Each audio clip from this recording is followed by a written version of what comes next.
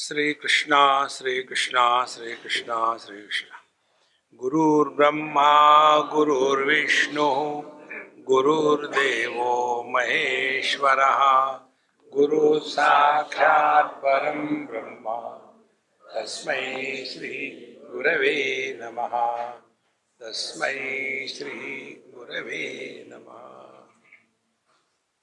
All the efforts put by the teachers in all the scriptures are only to point out to the one, the absolute, and therefore many methods are adopted. Here is one more method.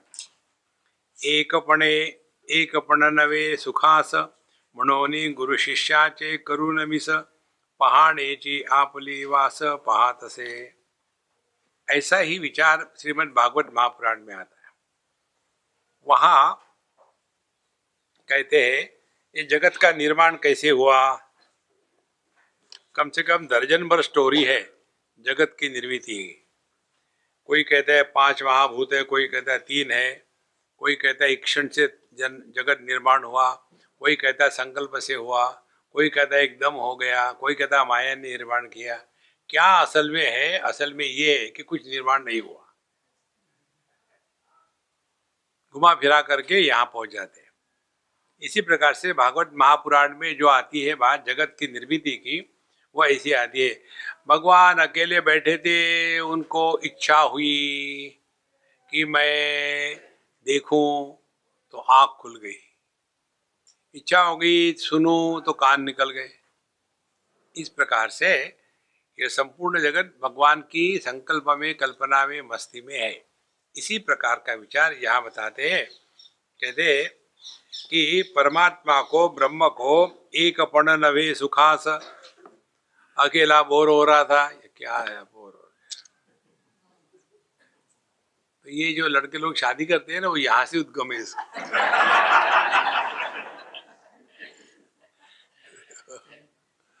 इसीलिए एकपण नवे सुखास म्हणोनी गुरु शिष्याचे करुणमिस। फिर उन्होंने एक technique अपनाया, चलो मैं बन जाता हूं गुरु और मैं ही बन जाता हूं शिष्य। ऐसा हम नहीं करते क्या? हम जब जाके दर्पण के सामने खड़े होते हैं तो हम बन जाते हैं देखने वाले और देखे गए भी हम ही है। और जब व्यक्ति अपने ही प्रतिबिंब को देखता है तो कभी बोर नहीं होता। दूसरे को देख के बोर हो जाएंगे। कभी किसी ने ऐसा सोचा है क्या, यार ये चेहरा देख देख के मैं तंग आ गया? अब नहीं। कितना भी बूढ़ा हो जाए, देखो आंखें भले क्रॉस रोड पहुंच गई हो, नाक तो ठीक है। इसीलिए यह गुरु शिष्य का चक्कर ऐसे ही है कि परमात्मा ने सोचा कि चलो कुछ ज्ञान बांटते हैं, तो किसको बांटे? तो अच्छा मैं ही शिष्य बन जाता हूं। तो जैसे दर्पण में बिंब और प्रतिबिंब का खेल है, वैसे ही गुरु शिष्य का खेल है। म्हणून गुरु शिष्याची करुणिमिस पाहणेची आपुली वास पाहतसे। और इसके बाद उन्होंने जैसे वो गुरु बन गए तो शिष्य की राह देख रहे। अब कोई आएगा, उसको कुछ बताएंगे। देखो, जब 2 प्रकार के होते हैं, एक तो वो है कि जिनको इस ज्ञान का आनंद मिला है और इसीलिए वो आनंद को बांटना चाहते हैं। जब खुशी होती है तो हम खुशी बांटना चाहते हैं दूसरे को भी। देखो वो पिक्चर मैंने देखा, तुमने देखा क्या? बहुत अच्छा है, जरूर देखना, क्योंकि हमको खुशी मिली थी।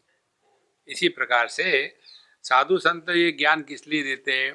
क्योंकि वो भी चाहते हैं कि जो आनंद मुझे प्राप्त हो सबको मिले। यही बात भगवान कृष्ण की थी। अर्जुन इतने साथ रहा भगवान के साथ, लेकिन कभी भी उसने इसकी बात नहीं करी। अब भगवान को खुजली हो गई थी कि यह आनंद अर्जुन को भी दे दूं, लेकिन वो लेने को तैयार ही नहीं। जैसे बच्चे होते दवाई लेने को तैयार नहीं होते, तो माताएं क्या करती है? भगवान कृष्ण के जैसी, नाक दबाया तो नाक दबाने अपने आप मुंह खोलता है, मुंह खोला टच डाल दिया, आप क्या करते रहो। कितना सिंपल है। एग्जैक्टली वैसे ही जब अर्जुन का नाक दबाया, कथम भीष्म हम संख्ये द्रोणम च मधुसूदन, फिर उसको उपदेश दिया। इसी प्रकार से कठोपनिषद में भी विचार इसी प्रकार का आता है। हमको लगता है कि गुरु महाराज को कोई इच्छा होगी नहीं, होती है क्या? यमराज कहते हैं कि हम चाहते हैं कि तुम्हारे जैसा शिष्य हमको मिले। देखो, क्योंकि नचिकेत कैसा था? नचिकेत अग्नि का नाम है, और अग्नि को कितना भी दबाव नीचे, वो नीचे नहीं जाता, ऊपर ही जाता है। इसी प्रकार से जो कभी हारता नहीं वो नचिकेत है। तो एक पणे नवे सुखास म्हणूनी गुरु शिष्यांचे करुणी मिस पाहणेची आपुली वास पाहत से। और फिर आप ही अपनी राह देख रहे और स्वयं ही शिष्य बन गए। तो गुरु और शिष्य के समझ में क्या फर्क है? शिष्य गुरु को स्वीकार करता है, doubt, suspicion, confusion and giving it a chance. हो सकता है, अब शिष्य को मालूम कुछ है नहीं, वो गुरु का क्या इवैल्यूएशन करेगा। इसीलिए गुरु के पास केवल अंधश्रद्धा से ही जाया जा सकता है। जिनमें अंधश्रद्धा नहीं होती वो कभी भी समर्पित नहीं हो सकते। अच्छा, दूसरे जो है वो है, आ गए क्या? गुड।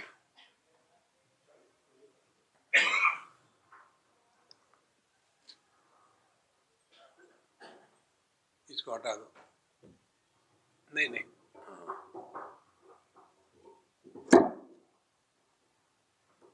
स्विच ऑफ कर दो उसको।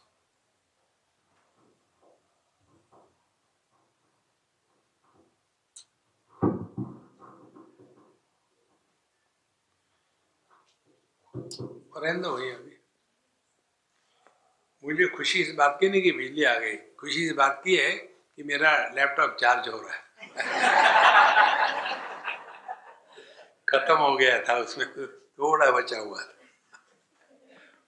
देखो, तो पहाड़ेची आपली वास पाहत से, वही अपनी राह देख रहे थे कि कोई शिष्य आएगा।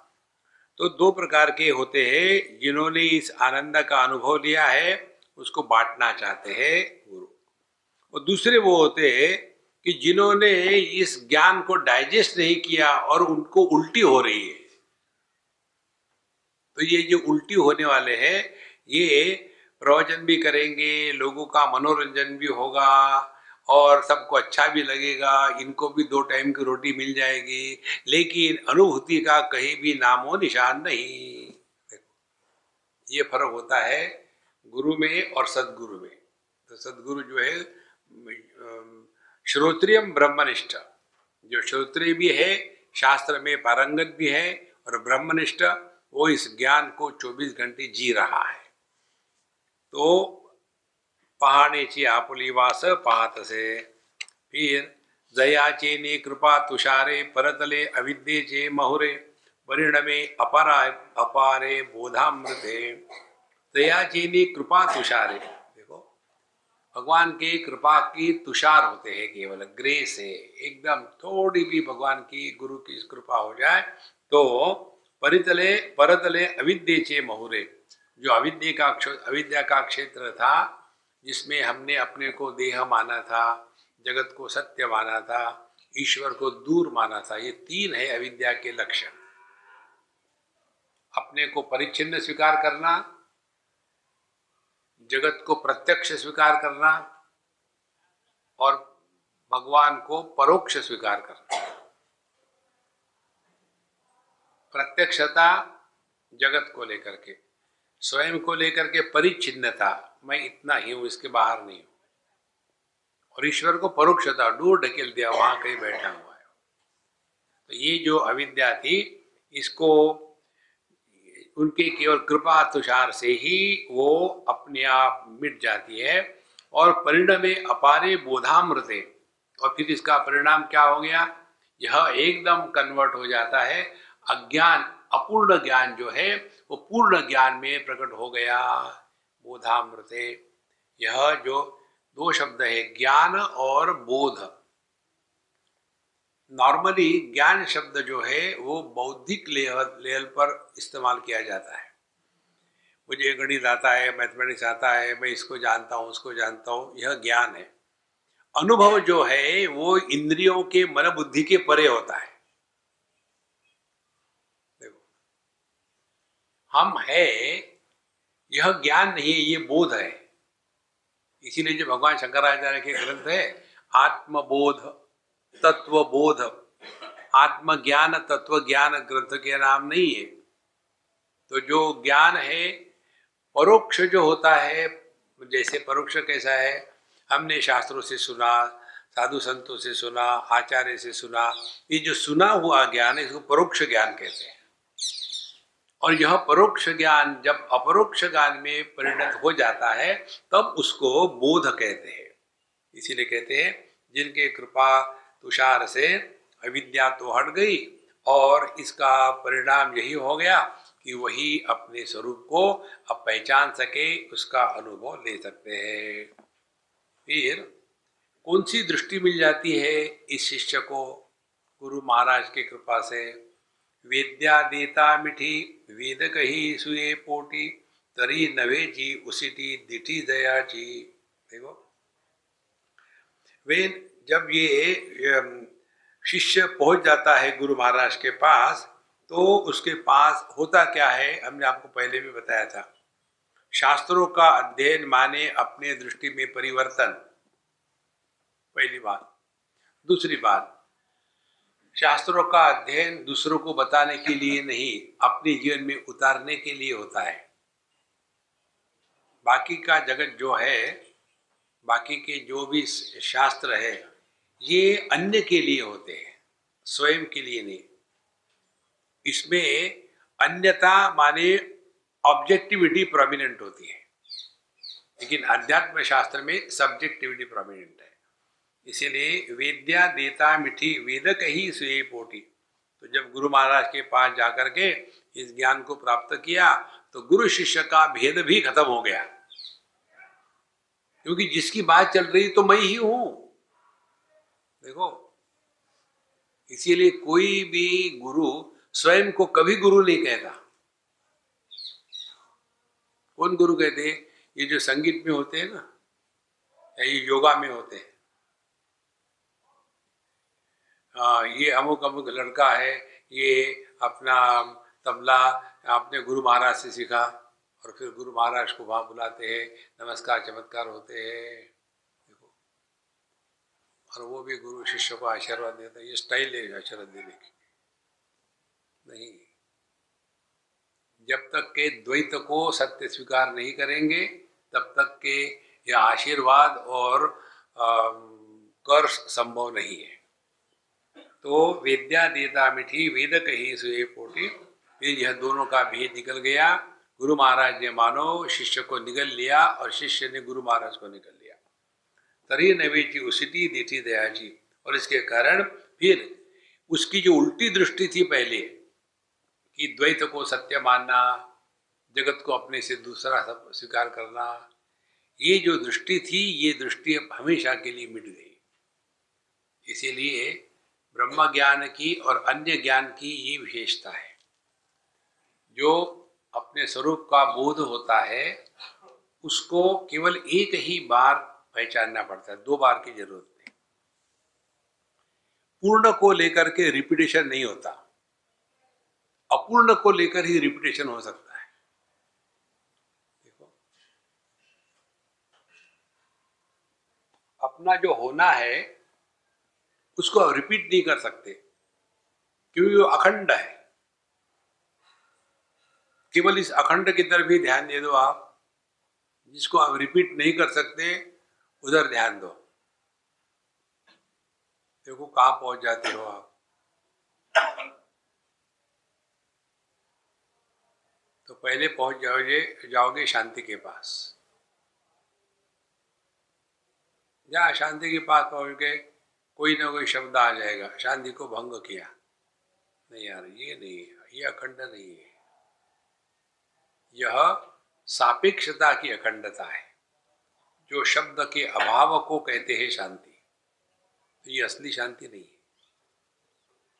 फिर जो शब्द से भंग नहीं होती और जो शब्द के अभाव से बड़ी नहीं होती, उसको कहते हैं असली शांति, उसको कहते हैं प्रशांति। और ये अखंड है। जागृत आके चला गया, हम जो कहते हो। स्वप्न आके चले गए, हम जो कहते हो। सुषुप्ति आके चली गई, हम जो कहते हो। समाधि लग के टूट गई, हम जो कहते हो। कितने सत्संग होके चले गए, हम जो कहते हो। देखो, इसीलिए बदलो मत, केवल अपने आप को पहचानो। बदलेंगे तो बस बाहर का मेकअप हो जाएगा, बाहर के मेकअप से कुछ नहीं होता। तरी नवेची उसिटी दिटी दयाची।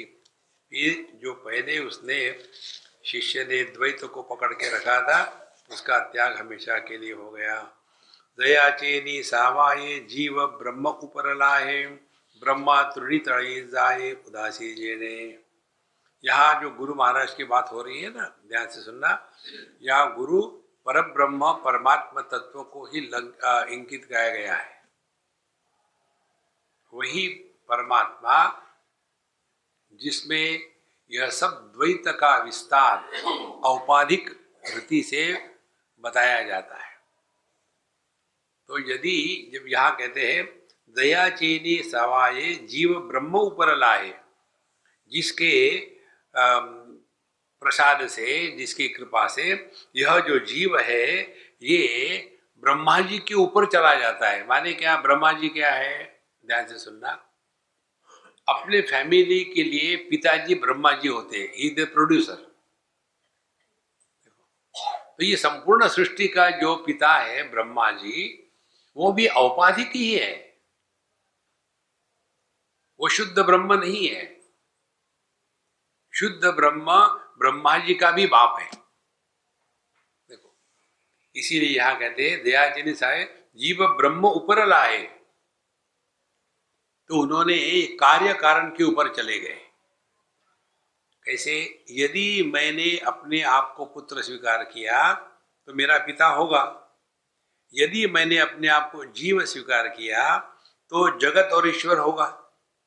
और यदि मैंने अपने आप को जीव के रूप में स्वीकार ही नहीं किया तो कौन जगत है और कौन ईश्वर है? तो जो गुरु महाराज शिष्य को उपदेश देते हैं वो इस प्रकार का देते हैं, तत्वमसि, तुम साक्षात परब्रह्म परमात्मा तत्व हो।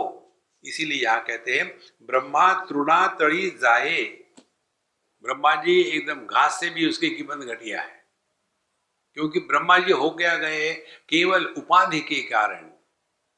तो जब उपाधि को महत्व देते हैं तो अनेकता को महत्व देते हैं, और जिसको उपाधि चढ़ाई गई है उसको महत्व दे दो तो आप स्वरूप में पहुंच गए। देखो, आपने पिताजी को महत्व दिया तो पुत्र बन गए, पत्नी को महत्व दे दिया तो पति बन गए, पुत्र को महत्व दे दिया तो पिता बन गए। तो आपने उपाधि को महत्व दिया है, इसीलिए ये अनेकता निर्माण हो गई। यदि आप जिसके ऊपर उपाधि चढ़ाई गई है उसको महत्व दो तो क्या होगा? आप हमेशा आदमी के रूप में रहोगे और पुत्र के रूप में, पति के रूप में और पिता के रूप में केवल नाटक करोगे। और नाटक जब करते तो you have to act perfectly. देखो, इसीलिए सभी समस्याओं का समाधान हमारे शास्त्र में एक ही प्रकार से बताते, ये सब नाटक चल रहा है, इसमें सीरियस मत होना, ज्यादा गंभीर कभी नहीं होना। यही एक सिद्धांत तो लेकर के हम लोग चलते हैं। नहीं तो इतना गला फाड़ फाड़ के बता रहे, कोई मानता ही नहीं मेरी बात कि वो ब्रह्म है। तुम ब्रह्म हो ना, काफी है, दूसरे की क्यों फिक्र करते हो? देखो, इसीलिए जिसको जो एक्टिंग दी है उसको वो करनी है, और किसको क्या एक्टिंग दी है वो डायरेक्टर डिसाइड करता है। आपने ये सिनेमा के एक्टर देखे होंगे, स्क्रीन पर तो उनको एंगल लगा करके बड़े लगे चौड़े दिखाते, ओरिजिनल देखो एकदम छटाके भी नहीं होते। देखो ये जो हमेशा मेकअप करके आने वाले होते हैं ना बाहर, वो बिना मेकअप के आप कभी देखो उनको। एक बार किसी एक्ट्रेस की लड़की हमारे पास आ गई थी बम्बई में, तो पहले फोन आया कि मेरी लड़की आपके पास आ रही है, समझ लो ठीक है आ रहे तो कोई बात नहीं। आई तो मैंने यही कल्पना करी, इतनी बड़ी एक्ट्रेस की लड़की है तो बड़ी सुंदर होगी और बड़ी अच्छी होगी। जब आई तो मैंने सोचा, मैंने कौन हो तुम, किस लिए आई हो, मैंने बुलाया नहीं था। बोले मम्मी का फोन नहीं आया था आपको? कौन मम्मी? हम को आई आई आई है। इतने घटिया कि नौकरानी से भी घटिया। और फिर वही पोत पात करके एकदम बन जाती है। देखो तो नाटक करो ना भाई, यही असाधना है। ऐसे सिंपल साधना क्या मिलेगी आपको? आप सास हो तो नाटक करो, बहू को परेशान करो, और जो परेशान नहीं मैं नाटक कर रही हूँ,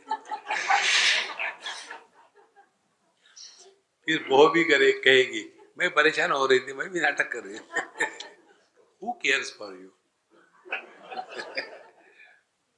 तो ब्रह्मा तृणातरी जाए, क्योंकि ब्रह्मा जी भी औपाधिक ही है, वास्तविक नहीं है।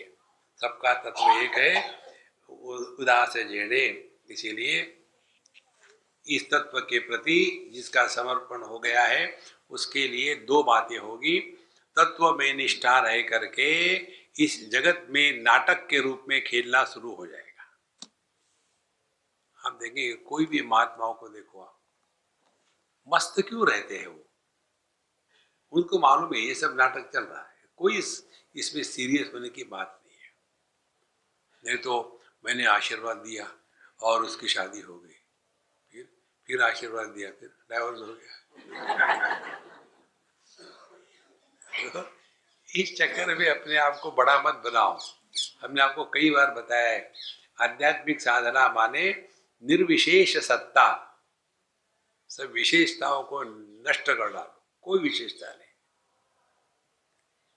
लेकिन हम अपनी विशेषता चढ़ा लेते हैं, उसी के नीचे दब गए। उपास्ति भेरी राबतया उपाय फड़ी येति मोडोनिया वरमंडले दयाचिया अनुज्ञा का।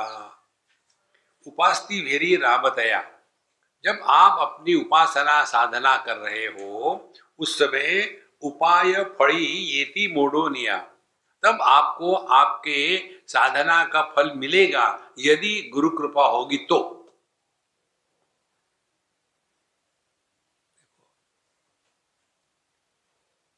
ये 10 बार गुरु को क्यों लाते हैं बीच में? इसलिए कि व्यक्ति को कभी भी अभिमान हो जाता है कि मैंने ये किया, मैंने वो किया। देखो नारद भक्ति सूत्र में इतने बड़े नारद जी जब वो पहला सूत्र लिखते हैं, अथा तो भक्ति व्याख्या श्यामा,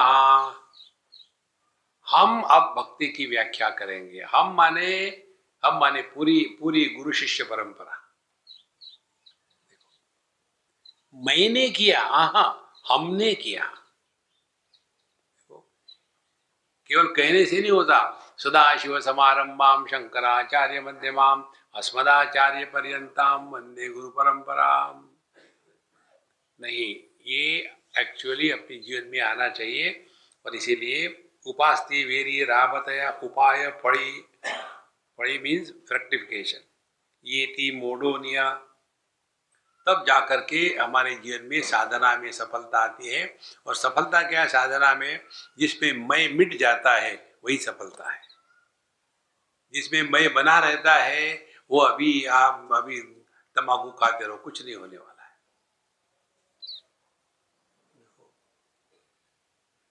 जहां किसी भी प्रकार का मान अपमान, जहां किसी भी प्रकार की लाभ हानि, जहां किसी भी प्रकार का दोस्त दुश्मन निर्माण नहीं होता, उस अनुभूति को कहते हैं भगवान की अनुभूति।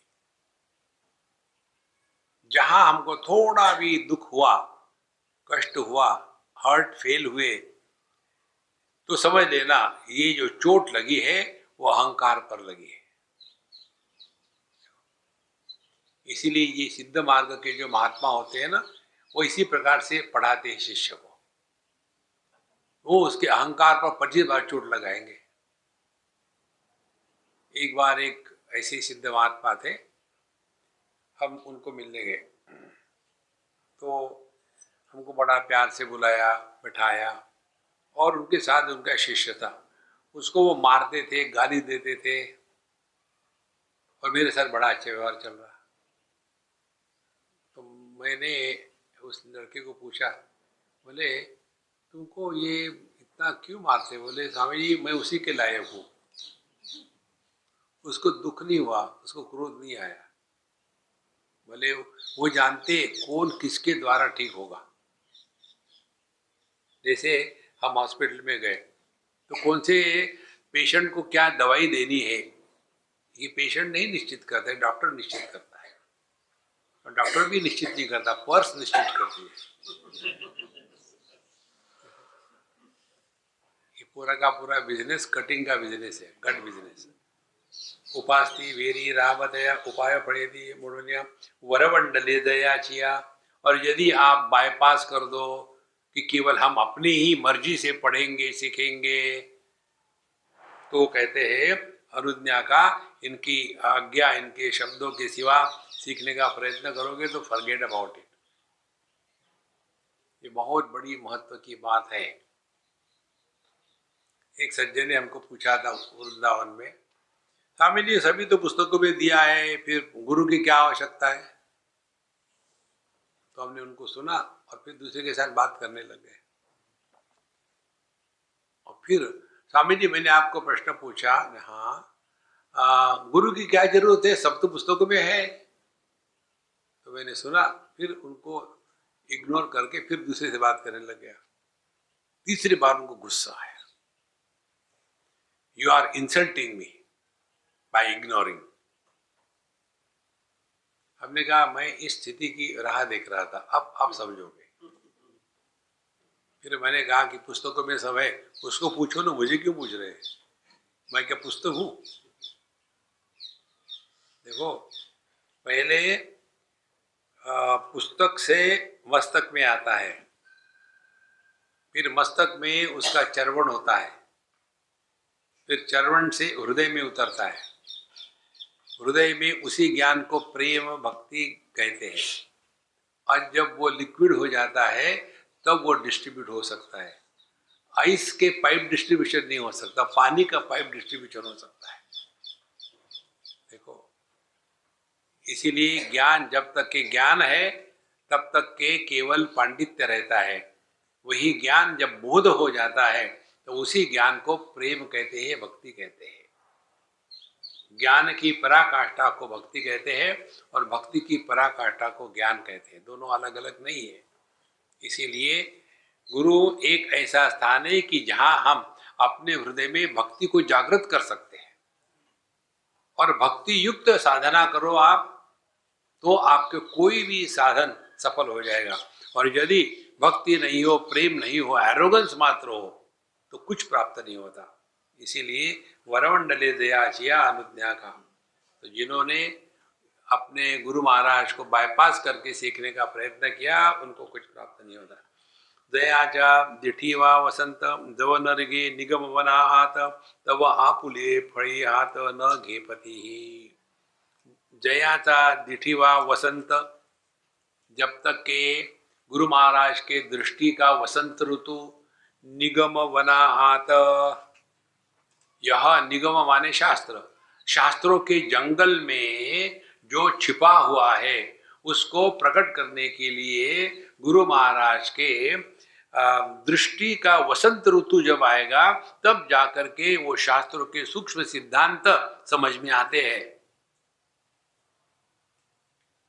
देखो महाराज कितना सुंदर लिखा है उन्होंने, जयाचा दिशिवा वसंत जब न रिगे निगम वना हाथ तब आपुले फड़ी हाथ न घेपति ही। तब तक के शास्त्रों के अर्थ आपको ग्रहण नहीं होंगे। इसीलिए शंकराचार्य जी का मुंडकोपनिषद के एक मंत्र पर भाष्य है। वो मंत्र है तद विज्ञानार्थम गुरुमेवाभिगच्छेत् समित पाणि श्रोत्रियम ब्रह्मनिष्ठ। इस मंत्र पर उनका भाष्य है शास्त्रज्ञ अपि स्वातंत्रेण ब्रह्म ज्ञान अन्वेषणम न कुर्यात्। आप कितने भी पढ़े लिखे हो, लेकिन जब ब्रह्म ज्ञान की बात आती है, जब शास्त्र के अध्ययन की बात आती है, स्वातंत्रेण न कुर्यात्, अपने मर्जी से शास्त्र कभी नहीं पढ़ते। जैसे अंग्रेजी यह भाषा है और कंप्यूटर साइंस यह एक विषय है। कोई ये कहे कि मुझे अंग्रेजी आती है इसीलिए मैं कंप्यूटर साइंस की पुस्तक पढ़ के समझ लूंगा, तो वहां पहले जाओगे एक चूहे को पकड़ने के लिए, माउस चाहिए ना वहां। तो अंग्रेजी का माउस और कंप्यूटर का माउस फर्क होता है। देखो, अंग्रेजी का माउस जो है उसको हम मारते हैं और कंप्यूटर का माउस जो उसको चुराते हैं दूसरे से। इसीलिए वही बात होती है, जिन्होंने थोड़ा बहुत संस्कृत पढ़ लिया है ना, उनको लगता है हमने संस्कृत पढ़ लिया है। संस्कृत पढ़ने से आप पंडित बनोगे, शास्त्र का ज्ञान नहीं होगा। इसलिए कहते हैं तब आप लिए फड़ी हाथी न घेपति ही। जब तक के गुरुमुख से नहीं सुनते शास्त्र, तब तक के उसके स्पष्टता नहीं होती। उड़े दृष्टि चेनी आलगे, खोची की निवटे मागे, ये बढ़िया जैसा नेगे आपण वे। देखो, उड़े दृष्टि चिया आलगे, पहले हमारी दृष्टि क्या थी कि ये जगत द्वैत और द्वंद्व से परिपूर्ण है। अब गुरु महाराज क्या कहते हैं, अब तुम इस जगत को मेरी दृष्टि से देखो, और भगवान कहते हैं दुनिया को मेरी दृष्टि से देखो। अब इसको समझने के लिए एक उदाहरण ले लो। जैसे हम बैठे हैं, एक टीचर बैठे थे आर्ट के, ड्राइंग के टीचर, और बीच में दो चार चीजें रख दी थी, एक केटल रख दी, एक फ्लावर पॉट, एक कप, दो चार फल, और 12 विद्यार्थियों को बैठा दिया। 12 जगह, 12, 1, 2, 3, 4, 5, 6 बैठा दिया और कहा अब तुम इसका ड्राइंग निकालो, तुम्हारी परीक्षा है। आप सभी बच्चे उसको देख देख करके निकाल रहे ड्राइंग। परीक्षा हो गई। आप ऐसा करो, 12 बजे का लड़का जो है वो 3 बजे के लड़के को अपना पेपर देगा, 3 बजे वाला 6 वाले को, 6 वाला 9 वाले, 9 वाला 12 वाले को, एक वाला लड़का जो है वो 4 वाले को, 4 वाला 7 को, 7 का 10 को, 10 का 1 को। ऐसे अपने अपने पेपर पास ऑन करो। पास ऑन किए, अब जांचो आप ठीक बनाया क्या ड्राइंग, और किसी को बताना मत, जांच करके मुझे दे देना। सबने देखा और वापस कर दिया, गुरु महाराज के पास आ गए। आने के पश्चात गुरु महाराज कहते हैं कि देखो आप ही लोगों ने निकाला है, आप ही ने इवेल्यूएट किया, मैंने कुछ नहीं किया, तो मैं आपका रिजल्ट बताता हूँ। 12 वाला फेल, 1 वाला फेल, 2 वाला फेल, सबके सब फेल हो गए। आप चिल्लाए ये कैसे हो सकता है, ये कैसे? देखो मैंने नहीं कुछ किया है, तुमने किया है। फिर गुरु महाराज ने ठीक है वेट ए मिनट, मैं देखता हूं। फिर उन्होंने देखा और सबको ठीक ठीक कहा। अब क्या फर्क हुआ? गुरु की दृष्टि परिपूर्ण है, वो कहीं भी बैठे उनको समझ में आता है वहां से ये वस्तु कैसी दिखेगी, यहां से ये वस्तु कैसी दिखेगी। जिसकी दृष्टि पूर्ण होती है उसके दृष्टि से जगत में कुछ भी गलत नहीं है। देखो महाराज, और जो एक एंगल में फंसा है, मैं कहता हूं वही ठीक है, हो जाओ दुखी। केवल अपने दृष्टि को बदलना है संतो, यही अध्यात्म है। और इसी के लिए सब शास्त्र है, सत्संग है, अध्ययन है। तो पुढे दृष्टीची आलगे, खोचे की निवटी मागे। तो जो पहले जीव साधक इस जगत के द्वैत में फंसा हुआ था, दोस्त दुश्मन थे, अपना पराया था, मेरा तेरा था, सुखी दुखी था, अब ये उसकी दृष्टि बदल गई। और ये हम सब करते हैं ये सब धंधा, लेकिन मालूम नहीं हम करते हैं। जैसे कई बार बच्चों के साथ खेलते हैं तो कभी कभी बच्चों को चिढ़ा करके रुलाने में मजा आता है। तो जब बच्चों को हम चिढ़ा रहे हैं, रुला रहे हैं, वो बच्चों को लगता है कि देखो कितना खराब है, और जो बड़े हैं उनको आनंद आता है, उनको दुख नहीं होता, उनको मालूम मजाक है ये। इसी प्रकार से भगवान हमको देख करके जब हम रोते हैं तो हंस रहे, मजा आया। देखो, तो रो, लेकिन भगवान के मजा के लिए, अपने दुख के लिए मत रोना। तो जहां ये जो द्वैत जिसको हमने सच मान के रखा था वो कभी था ही नहीं। जब था ही नहीं तो उसको क्या नष्ट करोगे?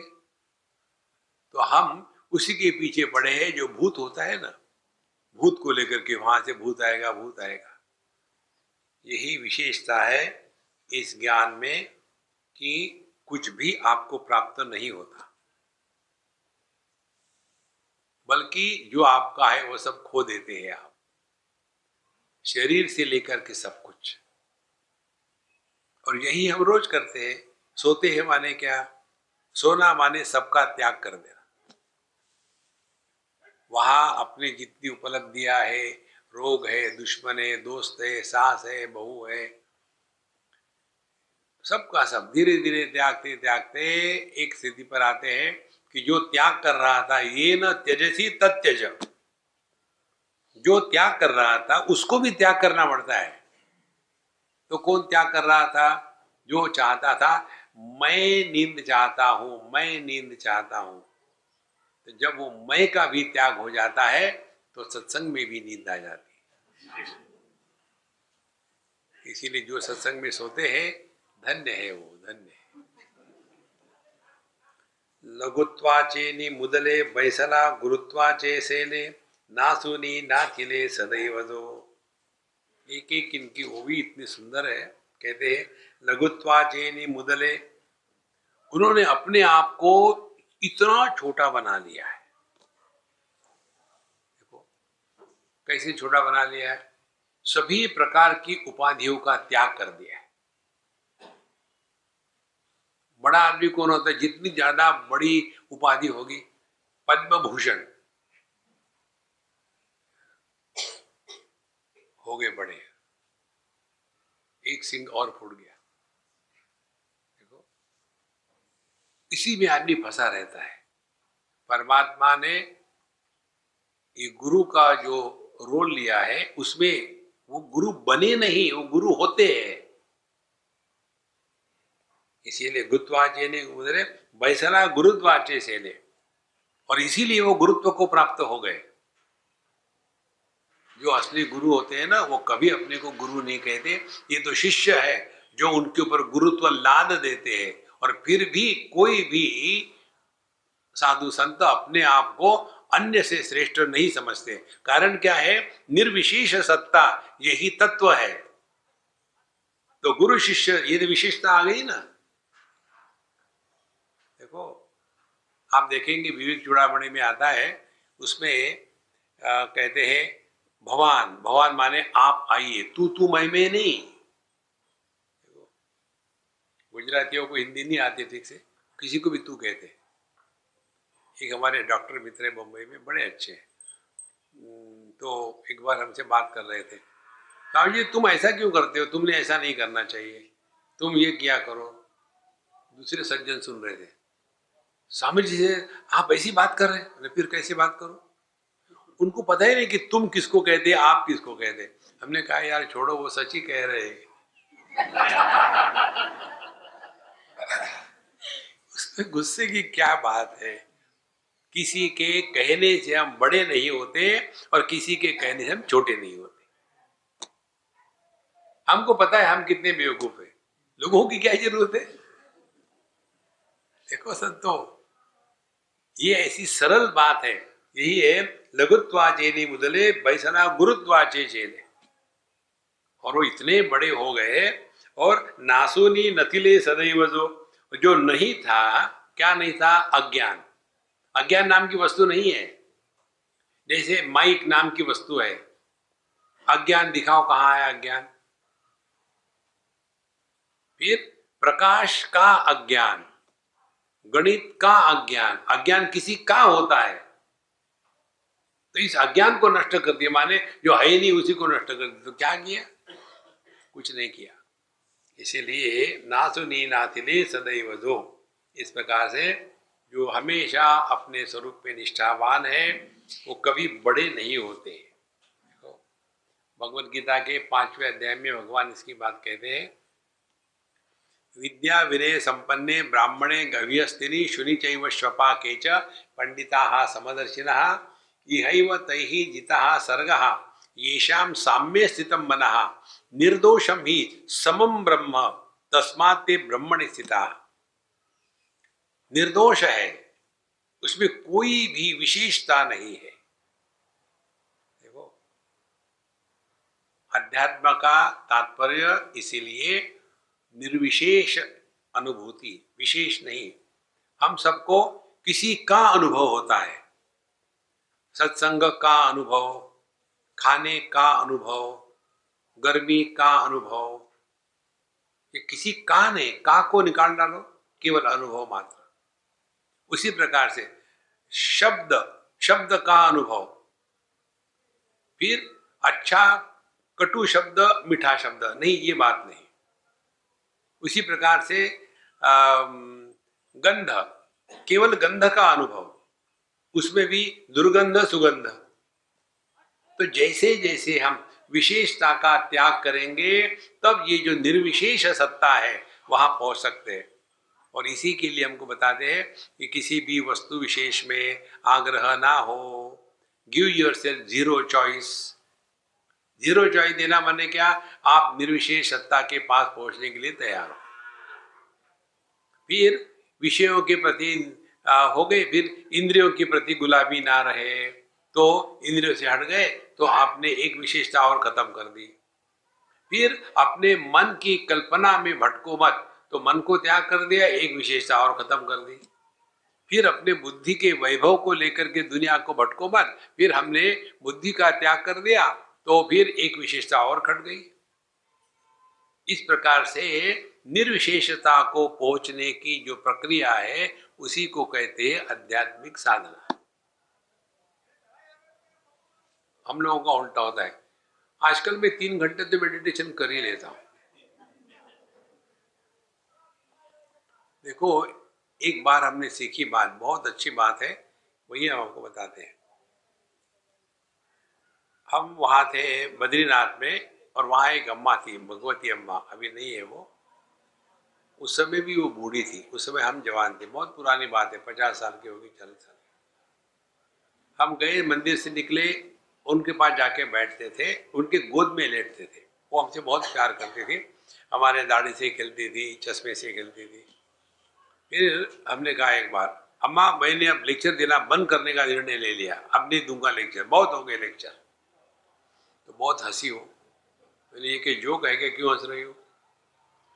बोले इसलिए हंस रही हो, तुम किसके प्रश्न के उत्तर दे रहे हो? किसने तुमको पूछा कि तुमको लेक्चर देना है कि नहीं देना है? देखो कितना हम अनावश्यक बोलते हैं। ये जो अनावश्यक बोलना है ना, यही संसार है। मैंने निर्णय ले लिया, मैं उसके साथ कभी बात नहीं कर लूं। किसने पूछा आपको? नहीं, फिर क्यों बता रहे हो? देखो, मनुष्य जब ये अपने अनावश्यक बोलने पर नियंत्रण लाएगा ना, तब धीरे धीरे सब विशेषता समाप्त हो जाती है। एक जगह की बात है, रिसेंटली हुआ कहीं, शायद चाइना में या कहीं, एक लड़की थी, अपने इंडिया की थी। मैं अपना क्लास होने के पश्चात वॉक करने के लिए गार्डन में गया, बढ़िया सुंदर गार्डन।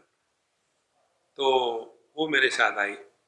हमने कहा छुटकी, छोटी सी थी, छुटकी तू यहाँ कब से आई है? बोले स्वामी जी मैं ऐसे ऐसे आई हूँ। बोले बहुत बढ़िया। अच्छा है ना, चाहे ना, एंजॉय करो। फिर उसने अपनी कहानी शुरू कर दी। मैं ये हूँ, मैं वो हूँ, मैं ऐसी हूँ, मैं वैसी हूँ, ये हो गया था, मेरा लड़का छोटा 4 महीने का ही, मैं छोड़ के चली आ गई हूँ, मैंने डाइवोर्स के लिए अप्लाई किया है, ब्ला ब्ला ब्ला ब्ला पूरा बता दिया। तो मैंने कहा कि और बताना है? बोले मैंने एक बताओ तुमको, क्या? किसी को भी मत बताना ये, मैंने तुमको पूछा नहीं था, क्यों बताया? देखो कितना अनावश्यक बोलते हैं। अपने बारे में नहीं बोलना ये बड़ी साधना है, और जितना हम अपने बारे में नहीं बोलेंगे उतना अन्य के बारे में जानने की भी इच्छा नहीं होगी। ये तो सबके कुंडली इकट्ठी करते हैं। ना ही ते जड़े बुढ़जे ते घनवटे जेने तरिजे तरी तर लिया ही नुरजे कवड़िया का ही। देखो अब यह शिष्य को गुरु महाराज ने ये दृष्टि प्रदान करी, ये दृष्टि का क्या प्रभाव है अब ये बताते हैं। ना ही ते जड़े बुढ़जे, ये जीव, ये साधक, इसकी क्या कंडीशन थी? जो पानी नहीं था उसमें वो डूब रहा था। ना ही ते जड़ी बुढ़ी छे, हम इसको कैसे निकाले बाहर? कितनी समस्या है। आगे कहते तई घनवटे जेडे तरीजे, और वो डूबते हुए पानी से इन्होंने, गुरु महाराज ने इसको कैसे निकाला बाहर? नाव लेकर के, बोट लेकर के, बोले एक सॉलिड डंडा दे दिया, बैठ इस पर। नॉर्मली पानी से निकालने के लिए नाव होती है, आओ बैठो ताकि पानी अंदर नहीं जाएगा, तुम आ जाओ। उन्होंने पूरा सॉलिड एक लकड़ी का बड़ा सॉलिड पीस दे दिया, इस पर बैठो। उसके बाद वो बाहर आ गया, जेने तरिल्या ही पाही नुरुजे, और जब वो बाहर आ गया उस पानी के, उस सॉलिड नाव पर बैठ करके, और फिर उसने बाहर पीछे उड़ के देखा, पानी था ही नहीं। कैसा आनंद है। देखो रामदास स्वामी के भी लिखाण में एक जगह ऐसा आता है, गुरु महाराज की कृपा से मैं भव नदी तर गया, और इतना खुश हो गया तो गुरु महाराज को धन्यवाद देने के लिए पीछे मुड़ के देखा, वो थे ही नहीं। केवल वो भी नहीं, केवल वो थे नहीं, यही बात नहीं, जो नदी में तैर किया, नदी भी नहीं थी। देखो महाराज, जिस सपने में हम सुखी दुखी हो रहे थे, रो रो कर रहे थे, जब जग गए तो ढूंढे कि क्या, वो सब ठीक है, लेकिन वो सपने की नदी कहाँ गई? इसी प्रकार से यह जो जागृत सपना है, इसे जब जग जाओ ना, उसी को कहते हैं पारमार्थिक जीव। पारमार्थिक जीव वह साधक है जो जागृत अवस्था के जितने भी अपने रिश्ते नाते सुख दुख है, अब इसके प्रति 100% उदासीन हो जाता है। जैसे व्यावहारिक जीव जो है वो स्वप्न के जीव के प्रति उदासीन रहता है।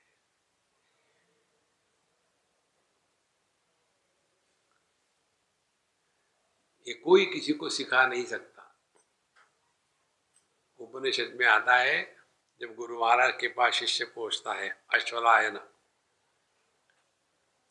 अदी ही भगवन ब्रह्म विद्याम वरिष्ठाम सदा सद्भिः सेव्यमानाम निगूढ़ाम यया चिरा सर्व पापम व्यपोय परात् परम पुरुषम याति दिव्यम तस्मै स होवाच पितामहश्च श्रद्धा भक्ति ध्यान योगादवैहि। गुरु महाराज ये ब्रह्म विद्या मुझे सिखाइए। गुरु महाराज हाथ धोते हैं, श्रद्धा भक्ति ध्यान के द्वारा सीख लो, सिखाई नहीं जाती। देखो महाराज, एक हमारे मित्र है, अमेरिका की या कहीं की बात है, तो वो, उनकी पत्नी, उनका छोटा लड़का होगा कोई 4-5 साल का, और वो, हम चारों गए स्विमिंग पूल में स्विम करने के लिए। तो हमको स्विमिंग आता है तो हम कूद पड़े, उसके पत्नी को आता है वो भी कूद पड़ी, वो छोटा सा बालक उसको आता है वो भी कूद पड़ा। हमने कहा महात्मा जी आ जाओ ना, बोले स्वामी जी मुझे नहीं तैरना आता। हमने कहा शर्म नहीं आती, तुम्हारा छोटा था 4 साल का बच्चा तैर रहा है। तो उसकी पत्नी ने कहा स्वामी जी इन्होंने बहुत ट्राई किया, आता ही नहीं इनको तैरना, अब कैसे सिखाया जाए? You have to learn, nobody can teach you anything in life. छोटा बालक चलना सीखता है, सिखाना नहीं पड़ता उसको। देखो जब वो पैदा होता है तब उसको कोई एक्सपीरियंस होता है क्या? फिर भी उसको मालूम है मुंह में माँ का स्तन आया तो उसको सक सक करना पड़ता है, चबाना नहीं पड़ता चॉकलेट के जैसा। किसने सिखाया? सीखना पड़ता है। इसी प्रकार से अध्यात्म में हमको सीखना है कि जिसके कारण हम दुखी हो रहे, क्या वो सच है? क्या वो सत्य है? कितने आके चले गए आज तक। हमारे निसर्गदत्त महाराज की बात हमको बहुत पसंद है। वो कहते थे हमेशा, जितने भी दुनिया को सेव करने के लिए आए वो सेव होके चले गए। दुनिया ज्यों की त्यों है। राम का राम राज्य कहाँ गया? कृष्ण की द्वारका कहाँ गई? हमारा 1 BHK दरिद्री कहाँ रहने वाला है? दास बोध में लिखते हैं रामदास स्वामी कि घर को देख करके कौन कौन क्या क्या कहता है। बड़ी लंबी लिस्ट है, एक दो बताओ। चिपकली कहते हैं घर मेरा है, चोर कहता है घर मेरा है, जिस मजदूर ने बांधा है बोले अपना ही है, जिस कॉन्ट्रैक्टर ने बांधा वो कहता अपना ही है, पड़ोसी कहते अपना ही है, चोर कहते अपना ही है किसका वो? उसको पूछो, किसी का नहीं हो। देखो जैसे ये बात स्पष्ट हो जाएगी ना आपके ज्ञान में, आप कभी भी परेशान नहीं होगे। परेशानी रहेगी आपके अगल बगल में लेकिन आप परेशान नहीं होगे। यह सौंदर्य है अध्यात्म का। तो नाही ते जई बुड़ीजे तई घनवटे जेने तरीजे, जेने तरिलिया ही नुरजे गवनाई ठाई। ये ऐसा समुद्र है कि जिसमें पानी नहीं है। ये ऐसी नाव है कि जिसमें बैठने की जगह नहीं है, और इस पर बैठ करके जो पार कर रहा है वो ऐसा है, वो कोई है ही नहीं, केवल परमात्मा मात्र है, उसको पकड़ो। अच्छा, अब इसके बाद का जो ओवी है वो हमारी सबसे प्यारी ओवी है, बहुत ही सुंदर है। कहते आकाश हे सावेव परी न बंदे आकाशाची हाव, ऐसे कोणी एक भरीव आकाश जो। अब गुरु महाराज की ये वर्णन करते हैं। गुरु महाराज मैंने कौन? ब्रह्म, परमात्मा। इसीलिए हमने आपको 3 प्रकार के आकाश बताए थे। भूताकाश जहां हम सब भूत बैठे हुए, चित्ताकाश जहां सब वृत्तियां विचार होते हैं, और तीसरा होता है चिदाकाश। चिदाकाश को भरीव आकाश कहते हैं, सॉलिड स्पेस। अब इसमें कहते हैं आकाश है सावेव। ये जो आकाश है ना, इसमें अवयव है, इसमें उपाधियां चढ़ करके एक में अनेकता निर्माण हो जाती है। आकाश तो एक ही है, उसी को पूर्व पश्चिम उत्तर दक्षिण कहेंगे, और कहेंगे नहीं अपने घर का मुख जो है वो दक्षिण के इधर नहीं खुलना चाहिए, वो पूर्व की तरफ खुलना चाहिए। फिर इधर की दीवार बंद करो, इधर की तोड़ो, और आकाश हंस रहा है।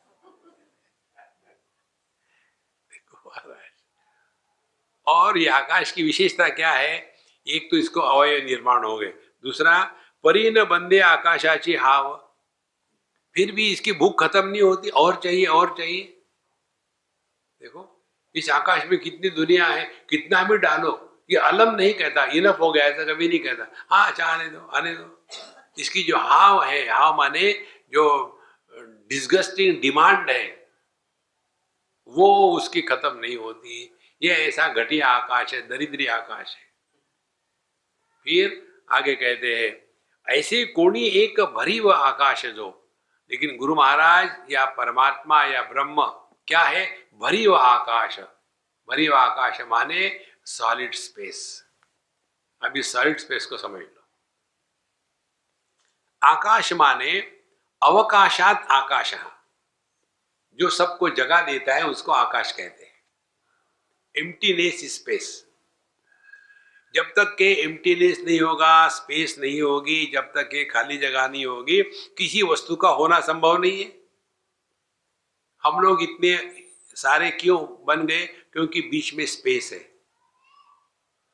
यदि स्पेस नहीं हो तो सब इकट्ठे हो जाएंगे।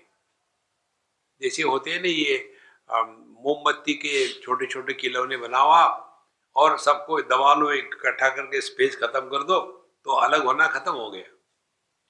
तो स्पेस के कारण, आकाश के कारण अनेकता निर्माण होती है, और उसमें कितनी ही वस्तु डालो और आ सकती है, कमी नहीं होगी कभी स्पेस की। दूसरी महत्व की बात, भरी हुआ आकाश माने क्या? स्पेस की सिवा कुछ नहीं है। तो दोनों बात हो गई।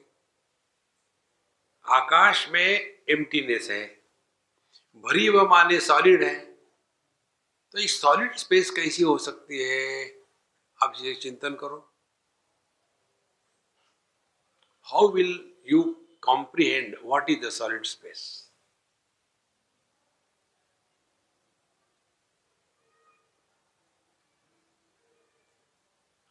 हो गए ना सॉलिड? देखो, सॉलिड स्पेस को समझना है तो ऐसे समझ लो, समुद्र सभी लहरों के लिए सॉलिड स्पेस है। माने सभी की सभी लहरें कहाँ हैं?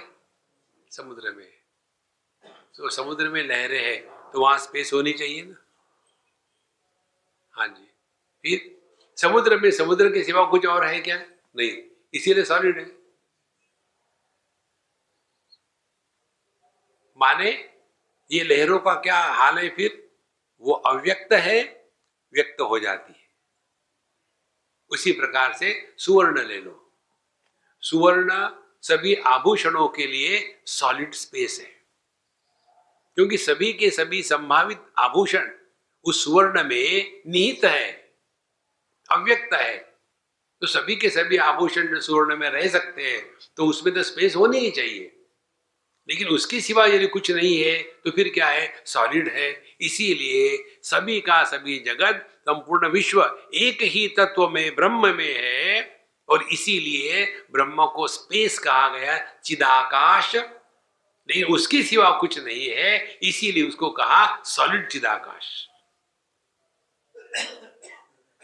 देखो महात्माओं, ये है 3 स्पेसों की जर्नी। 3 आकाश से साधक को गुजरना पड़ता है। पहला है भूताकाश, इसीलिए यह जो भावना है आकाश की, आकाश का अनुभव कैसा होगा, उसके ऊपर चिंतन करें।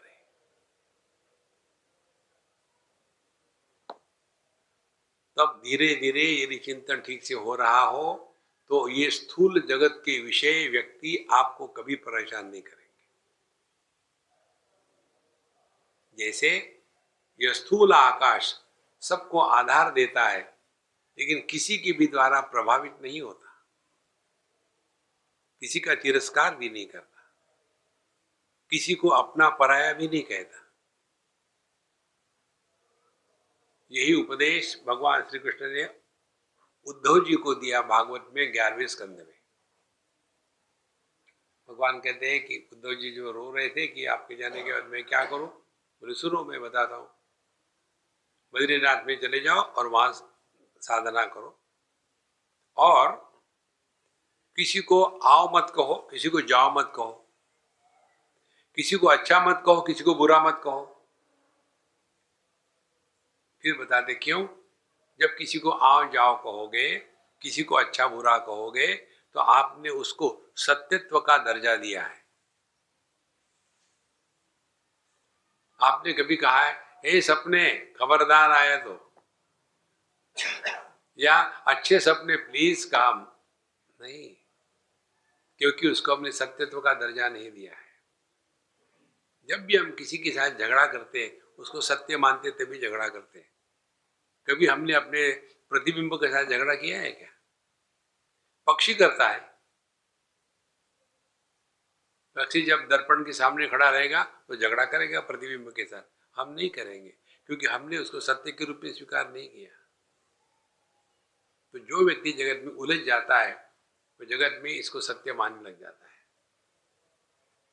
यही साधना है।